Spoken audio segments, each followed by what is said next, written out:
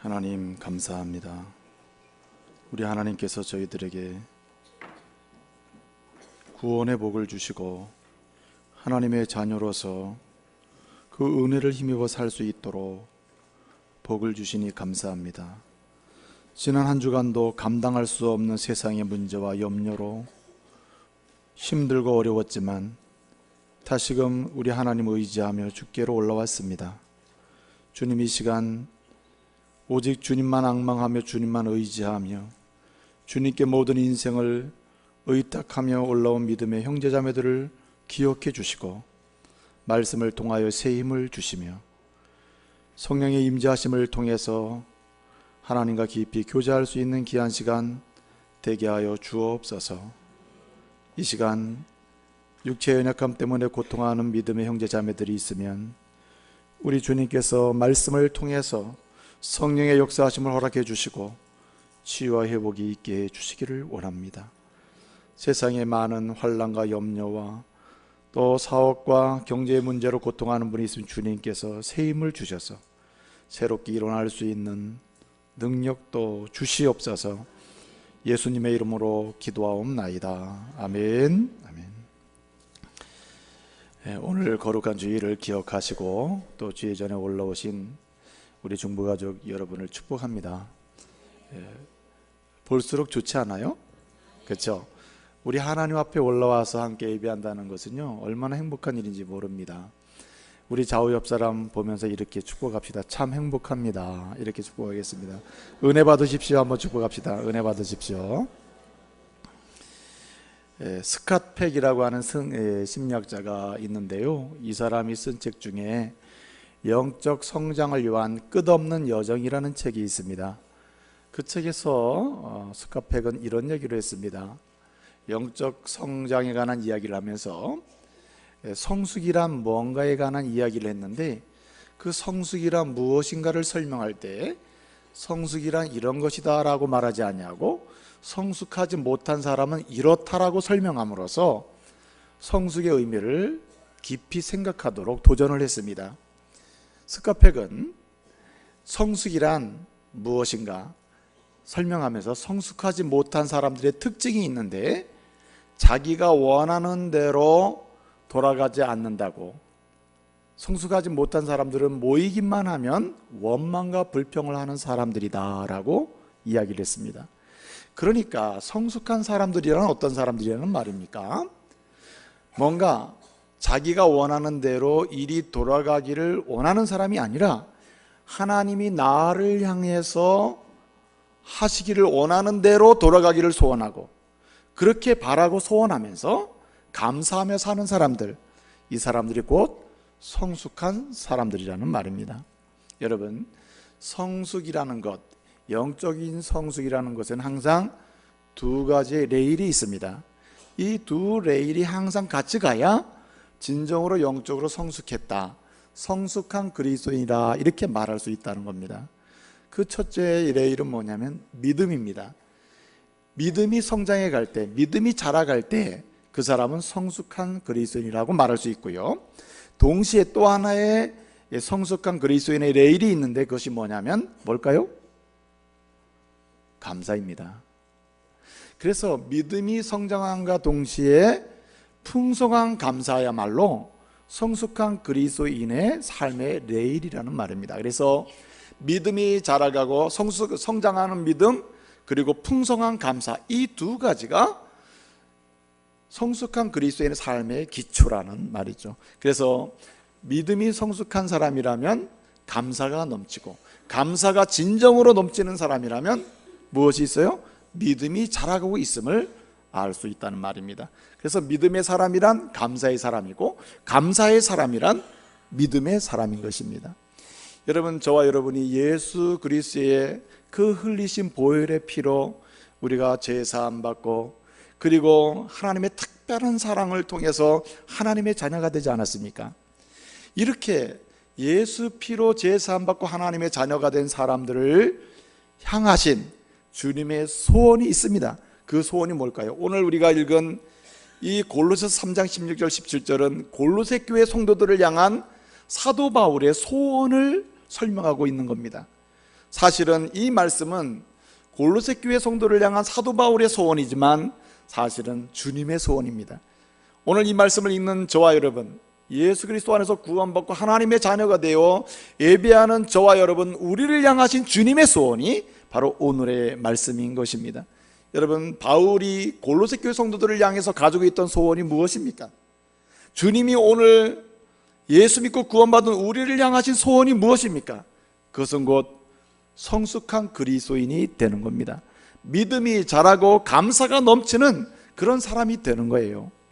믿음이 점점 자라가면서 동시에 그 믿음 안에서 오는 그 하나님 때문에 오는 즐거움과 기쁨이 차고 넘쳐서 너무나 자연스럽게 감사가 넘치는 그런 사람, 그런 성도 되는 것, 이것이 바로 우리를 향하신 주님의 소원인 것입니다. 사랑하는 믿음의 가족 여러분, 그리고 우리 중부 가족 여러분, 오늘 이 복된 주일이, 오늘 이 말씀이 저와 여러분의 생애 속에 성숙한 그리스도인으로 다시 일어나 나갈 수 있고 전진할 수 있고, 성숙한 그리스도인으로 다시 소생하고 다시 일어나 걸을 수 있는 새로운 시작이 되시기를 말씀으로 축복합니다. 믿음도 자라고 감사도 넘치는 하나님의 행복한 그리스도인이 되시기를 말씀으로 축복합니다. 그래서 여러분, 오늘 사도 바울은 너희를 향한 소원, 이 골로새 교회 성도를 향한 나의 소원은 이것이다. 사실은 주님의 소원이다 말이에요. 성숙한 그리스도인이 되는 건 믿음이 점점 자라가고 그래서 감사가 점점 넘쳐나는 행복한 그리스도인이 되는 것, 이것이 주님의 소원이다 하면서 어떻게 하면 성숙한 그리스도인으로 나갈 수 있는지, 어떻게 하면 믿음이 점점 자라가면서 동시에 그 예수님 때문에 오는 즐거움으로 감사가 넘치는 하나님의 자녀가 될 수 있는지, 그 말씀을 오늘 우리에게 알려주고 있는 것입니다. 여러분, 어떻게 하면 믿음도 자라고 믿음이 자람과 동시에 예수를 인한 즐거움으로 감사가 넘치는 성숙한 그리스도인으로 나갈 수 있다는 말입니까? 오늘 말씀은 우리에게 그 채널을 알려줘요. 방법을 알려줘요. 그 길을 알려주는데 가장 우선적인 방법이 무엇입니까? 오늘 16절 말씀에 보니까 이렇게 말씀하고 있습니다. 시와 찬송과 신령한 노래를 부르며 감사한 마음으로 하나님을 뭐하고? 찬양하고 라고 있습니다. 시와 찬송과 그리고 신령한 노래를 부르면서 감사한 마음을 가지고 하나님을 찬양하는 것, 이것이야말로 믿음도 자라고 감사도 자라는 성숙한 그리스도인이 되게 하는 길이라는 말입니다. 이 말씀의 의미가 무엇입니까? 한마디로 하나님을 경배하고 하나님만 섬기는 이런 삶을 살아갈 때 믿음도 자란다는 말이에요. 여러분, 이게 어렵지요. 사실은 하나님만 경배하고 하나님만 섬기는 거, 이게 얼마나 말이 어렵습니까? 이것을 쉬운 말로 다시 전환하면 무슨 뜻이냐? 믿음도 자라고 감사가 풍성해지는 성숙한 그리스도인이 되는 첫 번째 길이란 한마디로 예배에 올인하는 거예요. 믿으시길 바랍니다. 하나님을 경배하는 게 뭡니까? 하나님을 진실로 섬기는 실체가 뭡니까? 여러분, 예배란 말이에요. 예배. 그래서 예배적 삶을 살아갈 때 우리의 믿음이 자라고 우리 심령 속에서 예수로 인한 감사와 기쁨이 넘쳐서 감사하는 인생을 살 수 있다는 말이에요. 그래서 여러분, 예수 믿고 구원받은 다음에 하나님이 부르시는 그날까지 우리 평생에 우리의 여정 속에 반드시 있어야 되고 동행되어야 되고 동반되어야 될 가장 중요한 삶의 실제는 뭐냐면 예배해야 하는 것입니다. 예배. 한마디로 예배에 목숨을 거는 사람은 믿음도 자라고 믿음 안에서 감사와 감격이 넘치는 아주 신령한 은혜의 삶을 살 수 있다는 말이에요. 여러분, 예배 가운데 임재하시는 우리 성령님은 예배 속에 전심으로 생명을 걸고 이 예배를 통하여 나의 하나님을 높이리라, 나의 하나님을 찬송하리라, 나의 하나님을 경배하리라, 나를 구원하신 예수 그리스도 그 이름을 높이리라 말이에요. 전심으로 생명을 걸고 예배하는 순간순간 순서마다 전념할 때 하나님은 예배의 순서 속에 임재하셔서 성령의 기름 부음을 주시고 어떻게 하십니까? 우리를 새롭게 하실 줄로 믿습니다. 그래서 여러분, 이렇게 올인해서 생명을 걸고 예배에 참여할 때 기도하는 순간에도 은혜를 주십니다. 여러분, 찬송할 때 그 찬송의 가사가 우리 심령 속에 울려 퍼져서 말해요, 우리의 심령을 녹여주셔요. 예? 말씀을 들을 때에 생명을 걸고 오늘도 이 예배를 통해 주님을 높이리라며 예배에 들어갈 때 말씀을 들을 때 그 말씀이 어느 순간에 우리의 심령에 충격을 주고 감동을 줘서 말입니다, 주님께 가까이 나가도록 하시는 줄로 믿습니다. 그래서 믿음이 차곡차곡 자라가는 거예요. 그래서요, 믿음과 감사의 사람으로 성숙한 그리스도로 나가기 위해서는 적어도 한 가지는 우리가 항상 해야 돼. 그게 뭐냐면 이 공적인 예배, 공적인 예배가 뭡니까? 우리가 흔히 공예배라고 하는데 이 공예배라는 건 뭡니까? 하나님과 시간을 약속해서 이 시간만큼은 이 날의 예배를 드리겠습니다 하는 약속이거든요. 그래서 주일 11시다 9시다 7시다 저희 교회는 이 공예배가 이렇게 정해져 있지 않습니까? 이 시간에 나가서 주님과 약속된 시간에 주님을 향한 예배를 거룩하게 드리겠노라고 말해요. 그래서 공예배의 그 시작이 공예배로부터 시작돼야 돼요. 개인적인 삶의 예배를 드리고 예배적 삶으로서 예배에 집중함으로 믿음도 자랄 수 있으나 그 시작은 어디에 있느냐? 공예배에 있다. 공예배. 그래서 초대교인들은요, 예수님 이후에 모든 초대교인들 그리고 모든 오고 오는 세대들은요, 다른 것은 몰라도 거룩한 주일에 이렇게 모여서 예배하는 약속된 예배에 생명을 걸었습니다. 그러니까 어떻게 됩니까? 견고한 믿음, 강건한 믿음, 힘 있는 믿음 말이에요. 예수로 인한 그 말할 수 없는 즐거움과 감격으로 어떻게 해요? 자연스럽게 감사가 넘쳐나는 이런 사람이 되는 것입니다. 그래서 오늘 여러분, 우리가 나의 공적인 예배, 이 공예배 속에서 나의 예배가 진실로 믿음이 자랄 만한가, 아니면 감사가 넘칠 만한 이런 예배를 드리고 있는지를 한번 살펴보아야 합니다. 그래서 날마다 나의 예배를 어떻게 해요? 생명을 걸고 주님을 높이겠노라고 하는 소원과 소망을 품고 예배를 드리며 더 나은 예배로 나가야 할 줄로 믿습니다. 그래서 여러분, 어떤 글을 보니까요, 제가 보니까 오늘 이렇게 예배를 드리면서도 믿음이 자라지 못하고 예수 그리스도로 인한 즐거운 감격이 없어서 감사가 없는 정체된 영적 침체에 빠지는 성도들을 보니까 그 예배의 태도가 문제가 있더라는 거예요. 태도가. 그래서 글 쓴 걸 보니까 10인 10세계 예배, 각각 다른 예배를 드린다는 거예요. 똑같이 앉아 있는데. 그래서 그런 것을 치유받지 못하면은, 의지를 가지고 주님 앞에 회개하면서 고치지 아니하면은 예배 속에 임재하시는 성령의 은혜를 체험할 수 없고, 그러니까 믿음도 자랄 수 없다는 말입니다. 제가 글 쓴 걸 보니까 이런 게 있어요. 설교 시간에 눈은 멀거니 강단을 응시하는데 마음은 출장 가 있는 사람이 있어요. 그래가지고 눈은 목사님을 저도 속는 거죠. 아, 저분 오늘 말씀 잘 듣고 있구나. 근데 마음은 멀리 가 있는 거예요. 이런 사람이 있는데 이것을 고치지 않으면 안 된다는 거예요. 의도적으로 주여 멀거니 파가 되지 않게 주시옵소서, 이렇게 해야 된다는 거예요.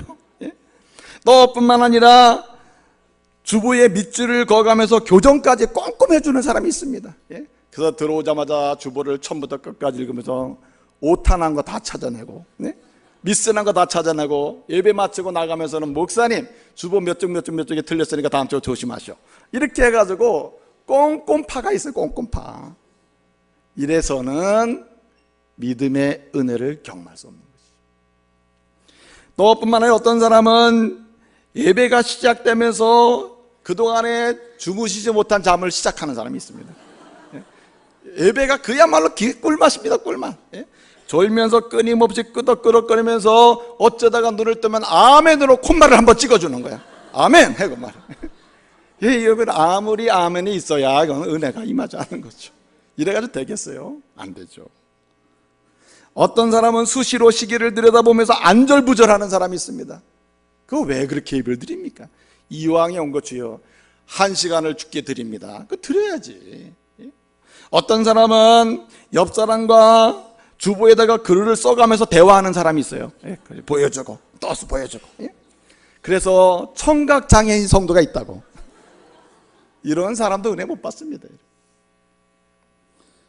어떤 사람은 교회에서 활동을 하도 많이 하는지라 예배 후에 있을 회의 염려 때문에 예배 후에 무슨 회의 하는데 무슨 모임 가죠? 모임 걱정하는 사람이 있습니다. 예배 시간 내내.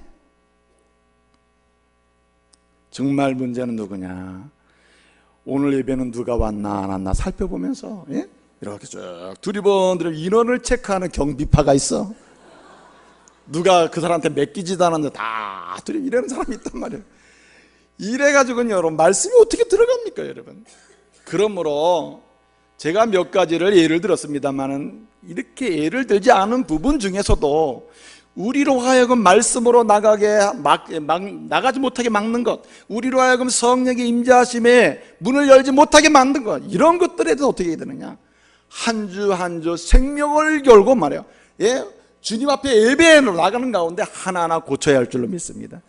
그런 사람이 시간이 갈수록 예배 속에서 하나님을 만나고 성령의 체험을 하고요, 그리고 나도 모르게 예수의 십자가가 믿어지고, 그리고 예수밖에는 나의 소망이 없구나, 내게 모든 것이 부족해도 주님 때문에 나는 행복할 수 있구나 말이에요. 이런 은혜를 체험하게 될 줄로 믿습니다. 믿음도 자라고 감사가 넘쳐나니 성숙해지는 것이죠. 또 뿐만 아니라 오늘 말씀해 보니까 16절에 뭐라고 했습니까? 그리스도의 말씀이 너희 속에 풍성히 거하여 피차 가르치며 뭐하며? 권면하며 라고 했습니다. 이게 무슨 말입니까?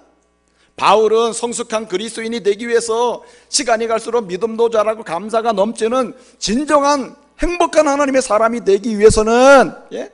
그리스도의 말씀이 너희 속에 풍족하게 넘쳐서 피차 서로 가르치고 권면하라 그랬어요. 이게 무슨 말입니까?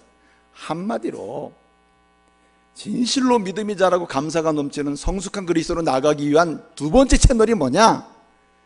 믿음의 사람들과 함께하기를 즐겨야 된다는 거예요. 어떤 사람은 교회에서 믿음 생활 좀 해보려고 그러니까 믿음 있는 사람과 뭔가 갈등이 생기고 뭔가 문제가 생기고, 그래서 아유 차라리 믿지 않는 사람과 교제하는 게 좋아, 그리고 나는 예배만 드리고 나의 모든 교제의 대상은 세상 친구들 따라가는 사람이 있다 이 말이죠. 여러분, 유유상종이라는 말이 있어요. 끼리끼리 노는 겁니다 여러분. 그래서 비록 교회 안에서 여러 가지 불편함이 있고 때로는 속상한 게 있죠. 갈등도 있을 수 있습니다. 그렇다 하더라도 그것 때문에 믿음의 형제들을 떠나면 그 자체로 본인이 영적인 손해를 보는 거예요. 여러 가지 갈등이 있을 때, 어려움이 있을 때 어떻게 합니까? 기도하면서, 예? 우리는 그리스도 예수 안에서 한 형제임을 확인하면서, 예? 어떻게 합니까? 함께하면서 믿음의 교제를 나누고 먼저 깨달은 말씀을 나누고 예수 그리스도의 풍성한 말씀으로 서로 위로하고 권면할 때 우리의 믿음은 자라가게 될 줄로 믿습니다. 예? 자라가는 거예요. 그래서 사도 바울은요, 디모데에게 이런 얘기합니다. 2장 22절에서 디모데야, 너는 청년의 정욕을 피하고 누구와 함께하라 했습니까? 깨끗한 마음으로 주를 부르는 사람들과 함께하라고 했어요. 무슨 말입니까? 아무리 힘들고 어려워도 믿음의 사람들과 함께하는 가운데 너의 믿음도 강건해지고 너는 감사하는 사람으로 훌륭한 목회할 수 있다는 말이에요. 아무리 우리를 힘들게 하더라도 믿음 생활 함께하는 성도야말로 천국까지 같이 갈 사람들입니다. 그러니까 함께하는 가운데 우리는 여러 가지 부딪히고 연약하고 고난도 받고 이랬지만 그런 가운데서 순결하고 정직한 믿음의 사람이 되고, 그리고 진실로 예수 안에서 감사가 이런 것이구나 체험하게 되는 것이죠. 그래서 여러분, D.L. 무디는요, 어떤 사람이 찾아와서 이렇게 얘기합니다. 아, 목사님 어떻게 하면 우리 하나님을 잘 알 수 있습니까? 어떻게 하면 우리 하나님을 잘 믿을 수 있습니까? 그렇게 질문을 했다는 거예요. 그러니까 D.L. 무디 목사님이 이렇게 대답했답니다. 정말 주님을 알기를 원합니까? 정말 주님을 잘 믿기를 원합니까? 그렇다면은 하나님을 잘 아는 사람들, 알기를 소원하는 사람들, 하나님 잘 믿기를 원하는 사람들, 또 잘 믿고 있는 사람들, 그 사람들과 뭐하라? 함께하며 교제하라는 거예요. 그래서 여러분, 우리가 성경 인물들을 많이 만나잖아요. 사실 간접적으로 함께하면서 교제하는 것이죠. 하물며 함께 믿음 생활하는 살아있는 믿음의 형제자매들과 주님을 사랑하는 사람을 함께하면 우리의 삶이 그대로 닮아가는 것이죠. 제가 언젠가도 말씀드렸지 않습니까? 항상 새신자는 자기를 데려온 사람을 닮아갑니다. 전도한 사람이 항상 예배에 늦게 오는 사람 있잖아요. 한 10분씩 늦는 사람. 그러면 새신자도 한 1년만 지나면 항상 10분 늦는 사람이 돼버린다. 어떤 사람이 계속 죽도록 주의 거룩한 일에 봉사하는 사람이 전도를 하잖아요. 1년만 지나면 그 사람 어떻게 돼요? 죽도록 봉사하는 사람이 되는 거예요. 그러니까 믿음의 사람들과 함께 있을 때 우리의 믿음은 자라가요. 그리고 어떻게 해요? 감사가 넘치는 사람과 1년만 지내보세요. 자기도 모르게 예수님 때문에 그저 감사가 넘치고 감격이 넘치는 이런 성도가 되지 않겠습니까? 여러분, 우리가 오늘 이 한 자리에 와서 예배를 드리는데요, 이렇게 함께 예배할 수 있는 믿음의 형제들, 자매들, 함께 주님을 사모하고 나아갈 수 있도록 이렇게 나와 함께하는 형제를 주신 것에 대해서 감사하시길 바랍니다. 어떻게든지 그래 소그룹에 참여해야 되는 것입니다. 오늘 마지막으로 한 가지 더 생각할 수 있는 것은 무엇입니까? 오늘 말씀해 보니까 마지막 17절 보니까 뭐라 했습니까? 무엇을 하든지 말에나 일어나 누구의 이름으로 하고? 주 예수의 이름으로 하라 그랬어요. 주 예수의 이름으로. 이게 무슨 말입니까? 주님이 기뻐하시는 것, 주님이 중요하게 생각하는 것, 그것을 먼저 선택하고 결정하고 그것을 하면서 살라는 말입니다. 그런 가운데 믿음의 고민이 있고 그 고민하는 신앙 속에서 어떻게 우리의 믿음은 자라게 되는 것입니다. 어떤 사람은 고민이 없는 게 믿음이 좋은 줄 아는데 그게 아닙니다. 믿음이 믿음대로 주님이 기뻐하는 일을 하면서 살려고 하는 가운데, 고민하고 분투하는 가운데 우리의 고민이 풀어지는 가운데 주님께로 나갈 때 우리의 믿음은 자라고 감사가 넘치게 되는 것입니다.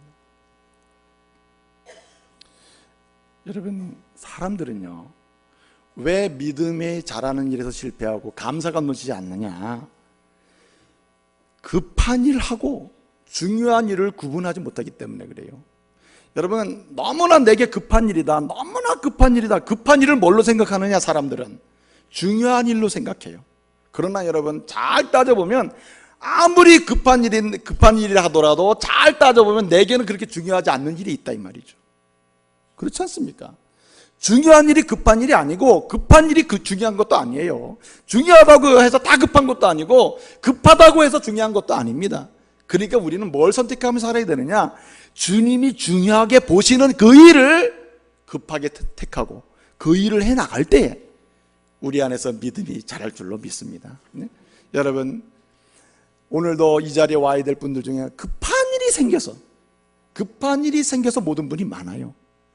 급한 일이 생겨서 문답을 했으나 다음 기회에 하겠다고 한 분도 있는 것입니다.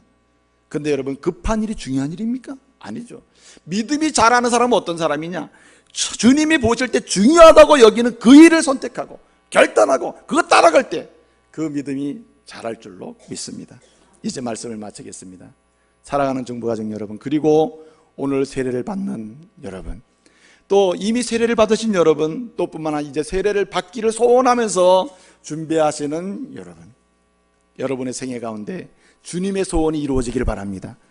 성숙한 그리스도인, 믿음도 잘하고 감사도 넘쳐서 진정으로 이 인생을 살아가면서 행복한 인생 살아가는 저와 여러분 되시기를 말씀으로 축복합니다. 기도하겠습니다. 은혜로우신 아버지 하나님, 이제 말씀을 붙들고 세례를 베풀기를 원합니다. 세례식에 참여할 때 우리 모두가 하나님의 은혜 받게 하여 주시옵소서.